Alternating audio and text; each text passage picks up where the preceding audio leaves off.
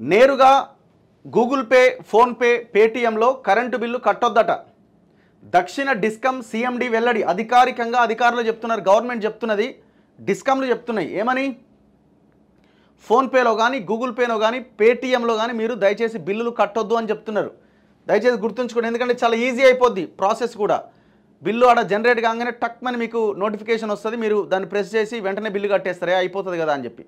కొంతమంది ఏం చేస్తారంటే ఆటోమేటిక్ ఉంటుంది, అంటే ఈ మంత్ కట్టగానే ఆటో జనరేట్ అయిపోతుంటుంది. ఆ బిల్లు మన అకౌంట్లో డబ్బులు ఉంటే అది ఆటోమేటిక్గా కట్ అయిపోతూనే ఉంటాయి. సో అట్లా ఉన్న వాళ్ళు కూడా మీరు దయచేసి దాని నుంచి కట్ చేస్తున్నాను, తీసేయండి, తొలగించండి, కట్టొద్దట. అందులో ఆన్లైన్లో కరెంటు బిల్లు కట్టే వారందరూ ఇక నుంచి అప్రమత్తంగా ఉండాలని ఎస్పీడీసీఎల్ పేర్కొన్నది. ఈ నెల 1వ తేదీ నుంచి నేరుగా Google Pay, PhonePe, Amazon Pay, పేటీఎంలో కరెంటు బిల్లు కట్టొద్దు అని దక్షిణ తెలంగాణ విద్యుత్ పంపిణీ సంస్థ ఎక్స్లో ప్రజలకు తెలిపింది. రిజర్వ్ బ్యాంకు జారీ చేసిన మార్గదర్శకాల ప్రకారం ఈ ఉత్తర్వులు ఇచ్చారట. ఇక నుంచి డిస్కమ్ వెబ్సైట్ లేదా టీజీఎస్పీడీసీఎల్ మొబైల్ యాప్ ద్వారా మాత్రమే ఆన్లైన్లో కరెంటు బిల్లులు చెల్లించాలని డిస్కమ్ సీఎండీ ముషారఫ్ ప్రజలకు సూచించారు.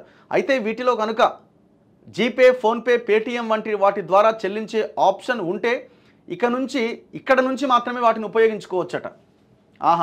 అంటే మీరు అర్థమై ఉంటుంది కదా, మీరు డైరెక్ట్గా ఫోన్పే కానీ, గూగుల్ పే కానీ ఓపెన్ చేసి కట్టడానికి వీల్లేదు. కాకపోతే ఏంటంటే మీరు ఈ టీజీఎస్పీడీసీఎల్ యాప్ కానీ, అదే కదా, డిస్కమ్ వెబ్సైట్ కానీ, ఈ 2 వెబ్సైట్లోకి వెళ్ళిన తర్వాత మీరు పేమెంట్ మోడ్ అని అడుగుతుంది కదా, పేమెంట్ మోడ్ మీద క్లిక్ చేసినప్పుడు debit card, credit card, UPI ఇట్లా అడుగుతుంది కదా, వ్యాలెట్ ఇట్లా అడుగుతుంది కదా. సో అక్కడ ఫోన్పే, గూగుల్ పే ఉంటే అందులో దాని మీద క్లిక్ చేసి కట్టొచ్చట. ఆ అవకాశం అవుతున్నది. కాకపోతే వాళ్ళ సైట్ కానీ వాళ్ళ యాప్ కానీ ఓపెన్ చేయాల్సిందే. ఎక్కడుంది వార్త? ఉత్తర తెలంగాణ విద్యుత్ పంపిణీ సంస్థ మాత్రం దీనికి సంబంధించిన ఉత్తర్వులు అయితే ఇంకా జారీ చేయలేదట. సో ఇదంతా ఎస్పీడీసీఎల్ మన ఈ ఏరియా అంతా, అటు ఎన్పీడీసీఎల్ ఇంకా నార్త్లో అయితే ఇంకా చెప్పలేదట. ఆర్బీఐ ఏం చెప్పింది? బిల్లు చెల్లింపుల్లో భద్రతకు పెద్దపీట వేసేందుకు రిజర్వ్ బ్యాంక్ ఆఫ్ ఇండియా కీలక నిర్ణయం తీసుకుంది. చెల్లింపులన్నీ భారత్ బిల్ పేమెంట్ సిస్టమ్ ద్వారానే జరగాలని నిర్దేశించింది. జూలై 1వ తేదీ నుంచి కొత్తగా నిబంధనలు తీసుకొచ్చింది. ఇందులో భాగంగా భారత్ బిల్ పేమెంట్ సిస్టమ్ను బిల్లర్లు ఎనేబుల్ చేసుకోవాల్సి ఉంటుంది.